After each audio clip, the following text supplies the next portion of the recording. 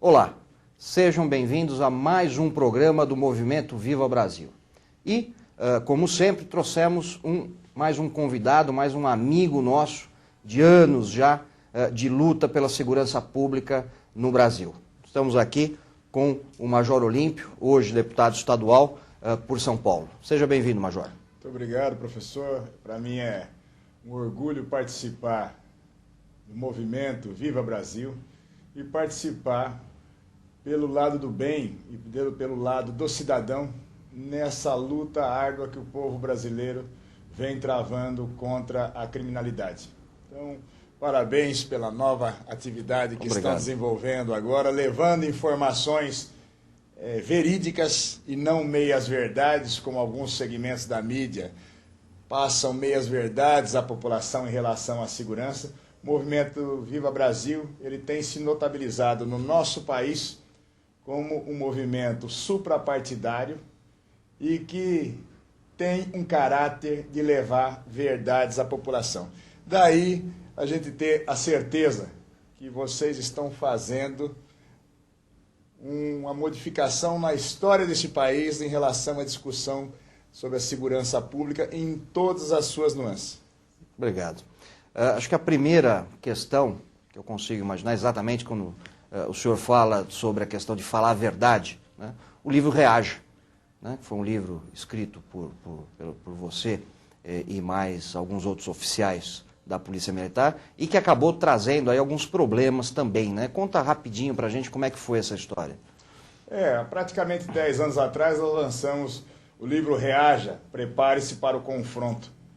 E aonde, a partir de uma literatura que tinha uma intenção inicial de ser uma literatura técnica, um livro técnico sobre a utilização de armas de defesa, na verdade o governo comprou à época, o governo que estava embebecido pelo início da campanha do desarmamento, aquela mentira à população no final de 96, 97, e de repente 5 policiais chegam para dizer a verdade a respeito da defesa, a verdade a respeito do direito à legítima defesa que cada cidadão tem, que está consagrado desde a Constituição, que o ordenamento jurídico está aí simplesmente para garantir ao cidadão o seu direito de defesa. E para o governo, à época, o governador de São Paulo era o Mário Covas, e o governo se entendeu afrontado por 5 humildes policiais que estavam dizendo à população que a população tinha, como tem, continua tendo, muito embora o ordenamento jurídico vá caminhando para a onda do politicamente correto e não do socialmente necessário, mas houve transferências, perseguições, uma série de circunstâncias. Mas, às vezes, a natureza e o mundo corrige as coisas. E hoje, eu posso dizer a você, Benê, eu me tornei um deputado no estado de São Paulo.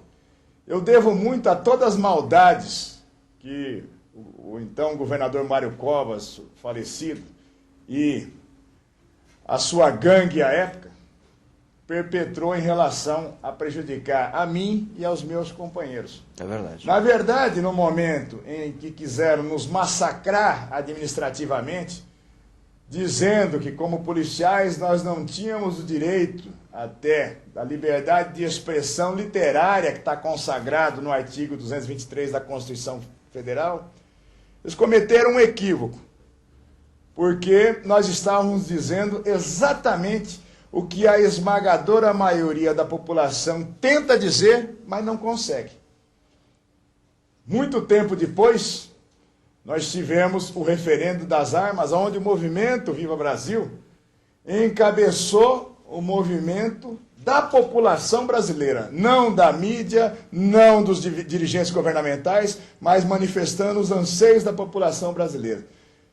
E foi dado um verdadeiro coro nos hipócritas de plantão. O que nós dizíamos lá em 97, graças a Deus a população referendou mesmo quando disse não quando disse basta de hipocrisia com relação à defesa da população. O Estado se omite, o Estado não dá a condição de segurança que está lá consagrado no artigo 5º da Constituição, no seu caput, quando diz que todo cidadão tem direito à liberdade, à integridade, à segurança. Então, hoje, segurança pública no nosso país é uma mentira. As políticas de segurança pública elas estão calcadas simplesmente em perfumarias. É entrega de viaturas em praças públicas, formatura de policiais em praças públicas, como aqui em São Paulo se faz no Anhangabaú, que é para fazer mídia e média, e não para dar sensação de segurança à população. Então, quando nós falamos, e eu continuo afirmando, veio esse funesto Estatuto do Desarmamento, veio essa campanha demagógica da mídia em satanizar o uso da arma como um instrumento de defesa do cidadão de bem, simplesmente facultando a tranquilidade e a impunidade aos criminosos. Mesmo nós pegarmos o Estatuto do Desarmamento, mesmo que houve uma rigidez maior no apenamento, essa rigidez não está dizendo nada para o bandido, para o assaltante de banco, para o sequestrador, para o homicida. Simplesmente foi cerceamento de direito do cidadão. A política desarmamentista no nosso país, acompanhando alguns hipócritas internacionais, ela não está interessada na proteção do cidadão, não. Na defesa das garantias individuais, não. Na condição de ter uma polícia melhor aparelhada, numa condição de proteger ou dar suporte de proteção ao policial na inatividade. Não, de forma nenhuma. Essa hipocrisia de se dizer que tirando a arma legalizada, se tirando a condição do cidadão de portar um instrumento de defesa, é redutor de indicadores de criminalidade, isso é uma balela. Eu fiquei 29 anos e 32 dias no serviço ativo da Polícia Militar, até tomar posse no último dia 15 de março. E posso afiançar que isso é uma tremenda de uma balela, é uma mentira. É para algumas organizações que recebem recursos internacionais, com dirigentes que se dizem próceres da sociedade, mas se locupletam, vivem de recursos, de uma propaganda fácil. É muito fácil, professor, se fazer passeatas, colocar 100 mil pessoas de branco, com as pombinhas estampadas e dizendo, eu sou da paz, levar a Xuxa para a passeata, cercada de capangas armados para não ser assaltada nem sequestrada na passeata. Exatamente. E dizer, olha, nós precisamos ter um mundo de paz, é lógico. Eu, como policial, se eu pudesse estar num ambiente, num mundo, onde eu não precisasse usar instrumentos de defesa, para a minha defesa própria, a defesa da sociedade, seria maravilhoso. Mas isso se tornou uma utopia completa. No nosso país, principalmente, onde nós temos uma estrutura pífia de segurança pública, a partir de um ordenamento jurídico que não está adequado ao contexto da sociedade, a partir de termos fronteiras continentais, portos e aeroportos completamente devassados, entra a arma ilegal, entra a droga no nosso país, entra e sai o traficante, o criminoso, o ladrão de carga, o ladrão de carro, a hora que se quer, pelas nossas fronteiras, pelos nossos portos, pelos nossos aeroportos. Agora, se cercear o cidadão de se defender, o resultado nós estamos assistindo aí. Nós temos ondas de criminalidades que vêm e vão conforme a avaliação do criminoso. Não é conforme, ele decide. Não é conforme o sistema de segurança pública se posiciona, não. Nós tivemos no ano passado os ataques perpetrados pelo PCC no estado de São Paulo. Foi simplesmente uma demonstração da incompetência do Estado para gerir a segurança pública e o sistema prisional. Mas não pense, e não estou querendo propalar uma síndrome de pânico, não pense que acabou a possibilidade ou acabou a força dessa facção criminosa ou das outras facções que estão atuando dentro dos presídios. Simplesmente mudaram a estratégia. Está mais do que demonstrado aí. Outro dia, o Marcola, que ainda é o líder maior do PCC, ele foi conduzido num carro de preso em Presidente Bernardes, e a promotoria de Presidente Prudente acabou colocando no meu carro de transporte de preso o Julinho Carambola, que é o número 2 do PCC. E fizeram isso para gravar conversações deles. E os promotores gravaram, foi estampado para a mídia no país todo. O Julinho Carambola sugerindo: vamos voltar a incendiar ônibus, atacar shopping center, atacar lojas de departamento, atacar agências bancárias, levar o pânico à população. E o Marcola disse: não vou mexer com o Zé Povinho, porque eu não quero o Zé Povinho contra a gente. Vamos prosseguir nessa etapa agora matando agentes penitenciários. E um grande número. Naquela semana, cabe uma questão, né? Que é exatamente essa que a gente critica tanto. Aí vem esse pessoal que a gente está falando e diz assim: olha, o agente não precisa portar arma porque ele não é policial. Como é que não precisa portar arma? Meu Deus do céu, isso aí me indigna, professor. Duplamente. Como cidadão e como filho de guarda de presídio, que era o nome da função, um agente penitenciário aposentado, que é o meu pai. Então, eu conheço até a dor dos agentes penitenciários, dos agentes de escolta, porque sou filho de um.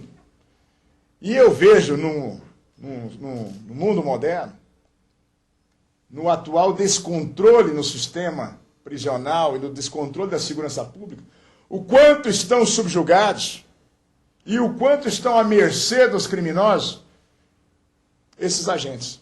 E nós vamos discutir o sexo dos anjos, se tem poder de polícia, se não tem, se são policiais, se não são. É questão de sobrevivência, não é legal. São vítimas preferenciais, precisam ter instrumentos de defesa, meu Deus do céu. É como a gente vê também a política desarmamentista, ela vai até dentro da minha corporação, que eu adoro, a Polícia Militar, mas no estado de São Paulo se fez um regramento agora para a expedição, para a renovação de registro, para a expedição de porte de armas para os policiais militares inativos, principalmente do interior, uma coisa absurda, verdade, professor. Verdade. Eles têm que vir fazer o teste psicológico aqui em São Paulo. Tem que se deslocar, que é uma forma de desestimular a que o policial tenha o seu direito de portar armas. Combateu o crime a vida toda, arrumou grandes inimigos em defesa da sociedade e depois alguns hipócritas de plantão, que na minha organização tem hipócritas de plantão, que faz da sua carreira e das costas do subordinado verdadeiro trampolim. Escada. E um trampolim bonito hoje é um policial dizer que ele é favorável ao desarmamento. Nós somos favoráveis a que se desarme o criminoso, a que se retire as armas ilegais, a que o marginal não tenha realmente instrumentos para agredir a sociedade. Agora, quem está do lado do bem, seja o cidadão, seja o policial, sejam profissionais que trabalham no sistema de segurança pública, no sistema prisional, é mais que necessário dotar esses profissionais e até facultar ao cidadão o direito dele fazer uma opção. Exatamente. Nenhum de nós, nesses movimentos, nenhum de nós acaba dizendo que a pessoa despreparada, ela deva portar uma arma, que a pessoa deva portar armas ilegais, que a pessoa deva portar armas sem estar devidamente habilitado, sem ter a condição técnica, a condição psicológica, a condição legal. Nenhum de nós. Exatamente. Nós queremos justamente um regramento que ele seja compatível ao ambiente em que nós vivemos. Por um outro lado, o que acontece? Aquele pessoal que a gente fala até sempre disso, diz o seguinte: olha, não reaja. Não reaja, não reaja, aconteça o que acontecer, não reaja. Eu queria que eles me dessem a garantia de vida, de que se eu não reagir, eu vou sair vivo de um assalto. Eu vou sair vivo de um sequestro relâmpago. Eu vou sair vivo de um assalto a banco. Isso não acontece, a gente vê isso diariamente. Os criminosos estão cada vez mais cruéis, mais violentos e estão matando por nada. O senhor deve acompanhar isso diariamente. Sem a menor dúvida isso. A questão dessa não reaja, isso é um sentimento que se quer colocar na sociedade brasileira, não é simplesmente de não reagir a uma ação violenta. Fica valendo para tudo, né? Se prostrar. O que se quer é a sociedade prostrada, à mercê. E nós não podemos incutir isso na cabeça da sociedade. Nós temos que levantar a cabeça sim. E nós temos situações que a experiência, a prática e a vida demonstram que a reação pode ser sim bastante efetiva. Hoje, infelizmente, nós temos que recomendar. Se você é uma senhora que está saindo de um shopping center, é abordada no estacionamento do shopping center por indivíduos armados, grite, reaja, faça o escândalo. Porque se você for baleado ali, a probabilidade de um socorro mais efetivo que possa lhe causar proporcionar sobrevida é maior do que a estatística trágica de que se for levado dali, vai ser viciada, vai ser estuprada, vai ser barbarizada e, numa grande probabilidade, será morta. Não adianta, Benê, vir com história da carochinha. Isso vem exatamente em encontro de pesquisas anteriores, da década de 80, que os assaltantes não gostavam de mulheres. Por quê? Porque elas gritavam. Mas é que então, o homem era sempre o mais assaltado. Hoje isso inverteu. Com essa questão do não reaja, não grite, não faça gestos bruscos, eles procuram exatamente as mulheres, que normalmente são as mais indefesas. Mas a gente tem aí, olha, mais do que demonstrado, o nosso país pesquisa pouco. Pouquíssimo. Foi feito pesquisa. Se inventa muita pesquisa. Em presídios americanos, os caras arrumam umas fontes, mas nos presídios americanos foi feita uma pesquisa com os marginais. E eles disseram, 87% disseram, eu jamais abordo um indivíduo, um cidadão que eu possa supor que ele esteja armado. Claro. E 57% deles disseram, eu tenho mais medo do cidadão armado do que da polícia.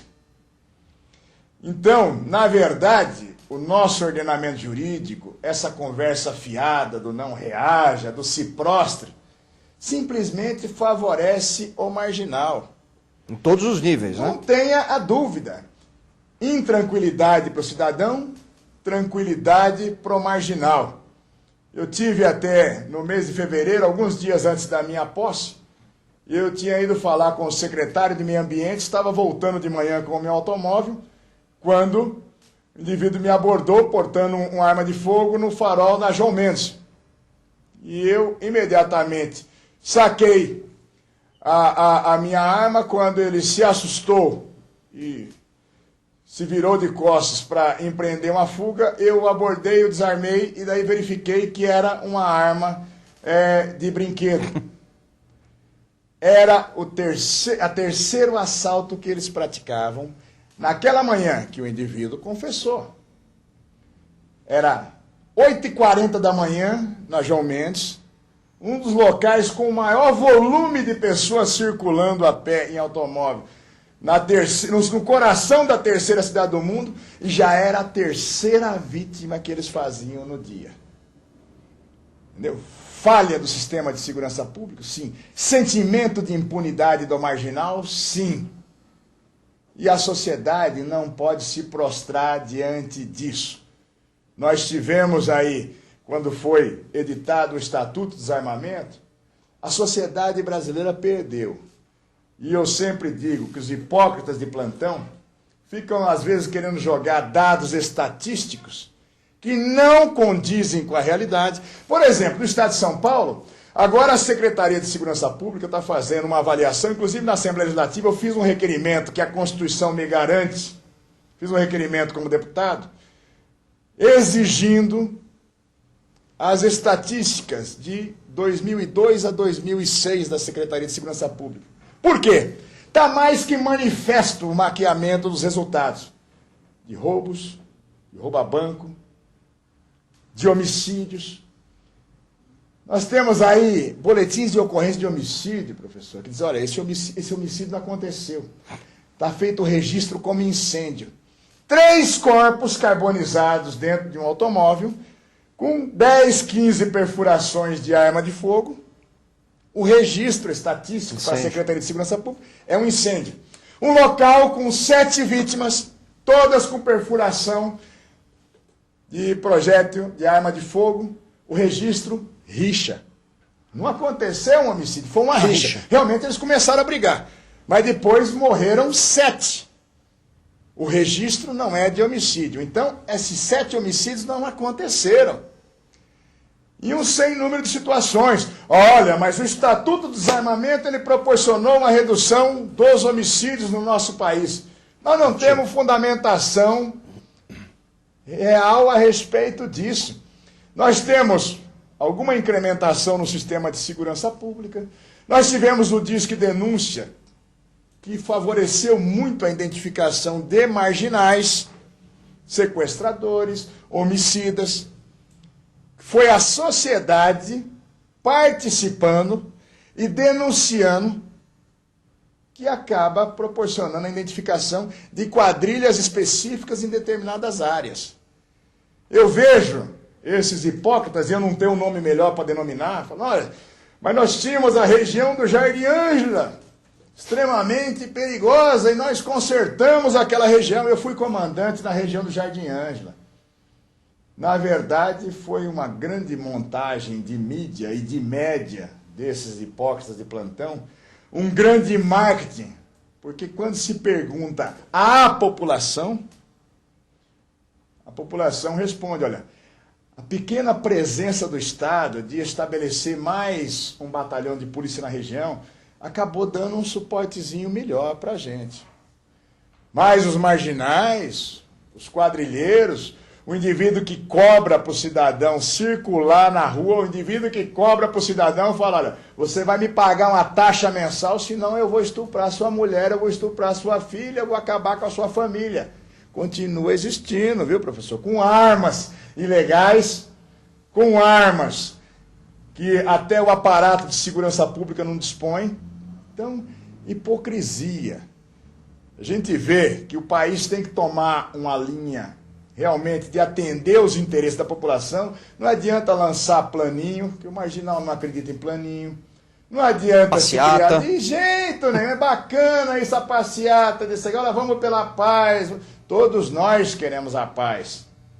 Mas nós queremos que o cidadão tenha paz. O cidadão de bem no nosso país, ele está desesperado. Eu também, antes de ser policial, eu sou pai. Hoje nós vivemos da síndrome do barulho da fechadura da porta. É verdade. Enquanto seu filho, sua filha não chega, sua esposa não chega, você está desesperado.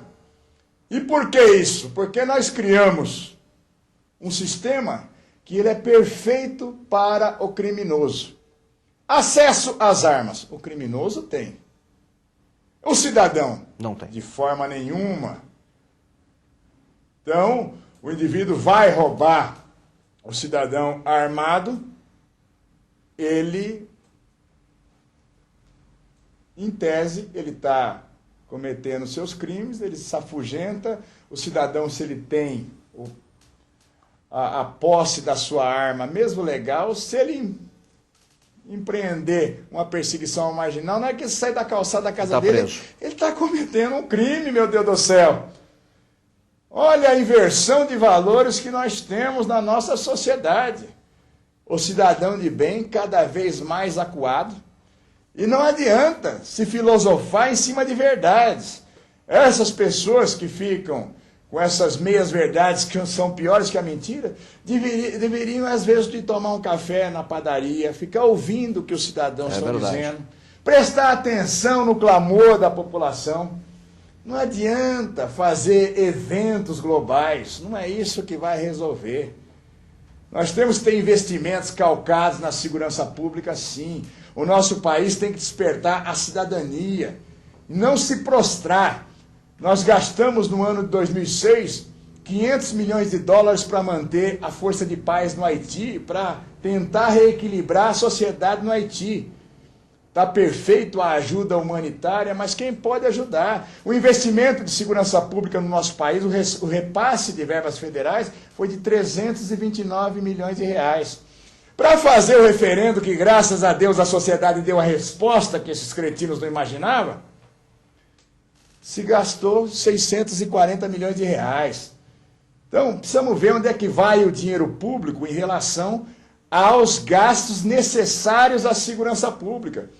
Nós estamos aí discutindo o sexo dos anjos.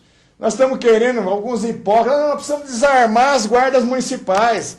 Ah, mas se a guarda municipal é de uma cidade com pouca população, não precisa estar armado. Meu Como Deus se o do bandido céu! respeitasse isso, né?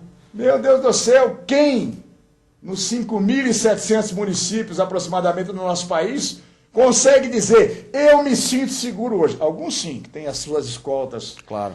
Colocadas Carro pelos blindado. governos, que defendem, que brigaram com a gente na época do referendo, e dizia, né, eu sou contra as armas, com equipe de segurança, com policiais, sem falar que era do estado de Alagoas, sem falar que está envolvido em escândalo agora e não consegue se explicar sendo presidente do Senado. Agora a população está acordando para ver quem é quem. Quando nós víamos lá o seu Renan Calheiros dizendo que nós, olha, esse é o grupo da bancada da bala. Então qualquer um que diz que é favorável a alguma coisa que não esteja de acordo com o politicamente correto, ele já é taxado. Exato. Então a bancada da bala. O lobby dos fabricantes. O lobby dos fabricantes de armas. Eu sou simplesmente um policial. Não pertenço à bancada da bala. Simplesmente pelo tanto da dor que eu vi em relação às corporações policiais e principalmente em relação às desgraças com o cidadão, eu não me vi no direito de ser hipócrita. Na verdade, nós temos que ser e mostrar o que a sociedade realmente precisa. A sociedade hoje se sente insegura. O Estatuto do Desarmamento deu mais sensação de segurança ao cidadão. Só se for ao bandido. Pelo amor de Deus.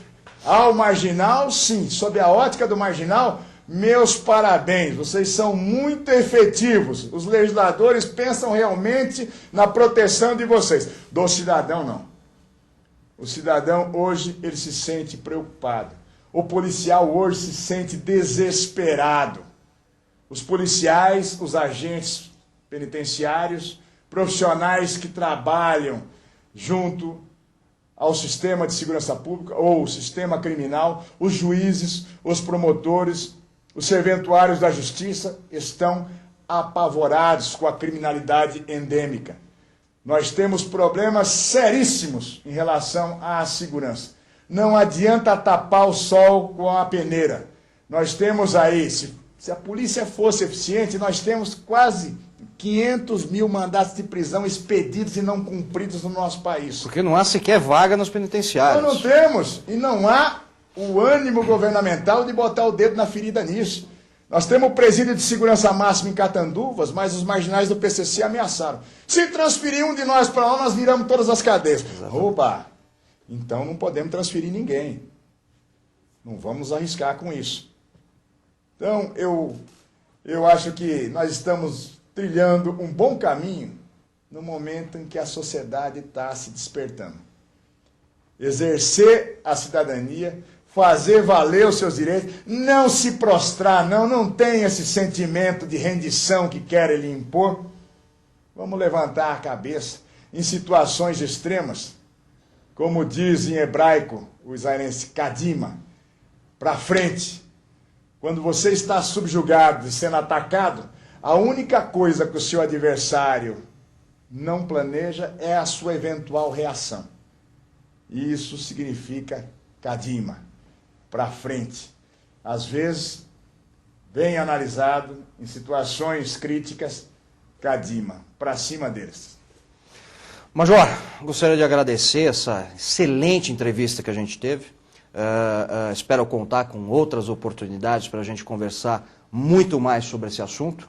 E agradeço a todos os nossos internautas pelo sucesso que está sendo o nosso humilde programa. Muito obrigado a todos vocês.